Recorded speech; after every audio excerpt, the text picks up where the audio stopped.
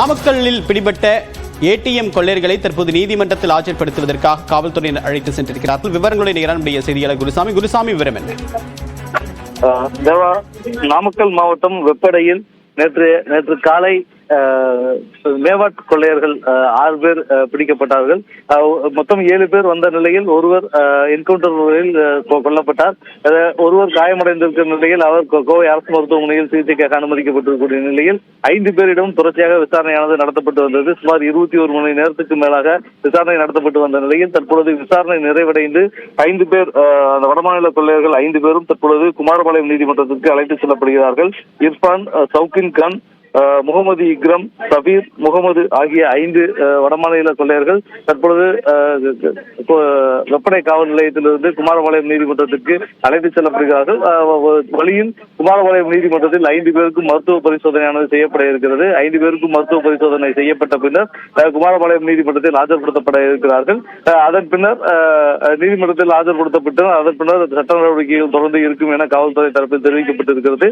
குறிப்பாக இவர்கள் கடந்த சில தினங்களுக்கு முன்னர் கிருஷ்ணகிரியில் நடைபெற்ற ஏடிஎம் கொள்ளையிலும் இவர்களுக்கு தொடர்பு இருப்பது போலீஸ் விசாரணையில் தெரிய வந்திருக்கிறது. எனவே கிருஷ்ணகிரி மாவட்ட போலீசாரும் இந்த வழக்கு குறித்து விசாரணை மேற்கொண்டிருக்கிறார்கள். இது தவிர்த்து இந்த விசாரணை நடைபெற்று வரக்கூடிய நிலையில் திருச்சூரில் இருந்து 3 காவல் நிலையங்களைச் சேர்ந்த போலீசாரும் இந்த விசாரணை நடைபெறக்கூடிய வெப்படை காவல் நிலையத்துக்கு வந்திருந்தார்கள். இதே போல ஆந்திர மாநிலத்திலிருந்தும் போலீசார் இந்த வெப்படை காவல் நிலையத்திற்கு வந்திருக்கிறார்கள். தற்போது தமிழக போலீசார் விசாரணை நடத்தி முடித்திருக்கக்கூடிய நிலையில் அவர்களிடம் நடத்தப்பட்ட விசாரணை குறித்து இங்கிருந்து மற்ற மாநில போலீசார் அவர்களிடம் என்னென்ன மாதிரியான விசாரணைகள் நடத்தப்பட்டது என்பது குறித்த தகவல்களை கேட்டறிந்து கொண்டிருக்கிறார்கள்.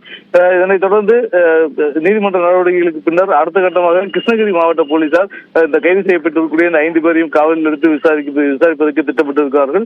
கேரள மாநில போலீசாரை பொறுத்தவரை அவர்களது சட்ட நடவடிக்கைகள் அங்கு கேரளாவில் திருச்சூரில் நடைபெற்றுக் கொண்டிருக்கக்கூடிய நிலையில் அந்த சட்ட நடவடிக்கைகளுக்கு பின்னர் அடுத்த வாரம் 1 வாரம் கழித்து இந்த 5 பேரையும் காவலில் எடுத்து இந்த கேரளாவில் நடைபெற்றிருக்கக்கூடிய அந்த 3 ஏடிஎம் கொள்ளைகள் தொடர்பாக விசாரணை நடத்துவதற்கு திட்டமிட்டிருக்கிறார்கள்.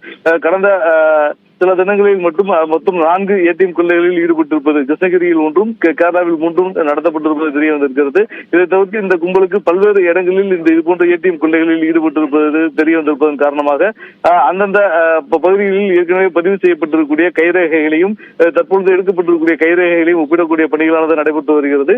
அந்த ஒப்பீடுகளுடைய அடிப்படையில் மற்ற மாநிலங்களில் நடைபெற்றக்கூடிய இந்த ஏடிஎம் கொள்ளைகளில் இவர்களுக்கு தொடர்பு இருந்தால் அந்த வழக்குகளிலும் இவர்களை சேர்த்து விசாரிப்பதற்கு போலீசார் திட்டமிட்டிருக்கிறார்கள். தற்போது விசாரணை நிறைவேற பெற்றிருக்கூடிய நிலையில் டிஐஜி உமா, சேலம் சரக டிஐஜி உமா விசாரணை குறித்த நிலவரங்களை எஸ்பி ராஜேஷ் கண்ணா மற்றும் அதிகாரிகளிடம் கேட்டறிந்தார். அதன் பின்னர் தற்பொழுது இந்த 5 பேரும் நீதிமன்றத்தில் ஆஜர்படுத்துவதற்காக அழைத்து செல்லப்பட்டிருக்கிறார்கள்.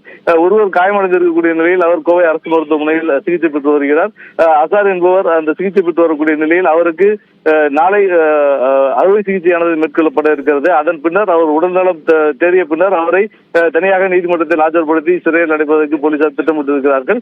தற்போதைக்கு இந்த 5 பேரும் நீதிமன்றத்துக்கு அழைத்து செல்லப்பட்டிருக்கக்கூடிய நிலையில் இன்னும் சற்று நேரத்தில் குமாரபாளையம் நீதிமன்றத்தில் ஆஜர்படுத்தப்பட இருக்கிறார்கள். நீதிபதி முன்பாக ஆஜர்படுத்தப்பட்ட பின்னர் எந்த சிறையில் அடைப்பது என்பது குறித்த உள்ளிட்ட தகவல்கள் அங்கிருந்து தெரிய வரும். தேவா, தகவலுக்கு நன்றி குருசாமி.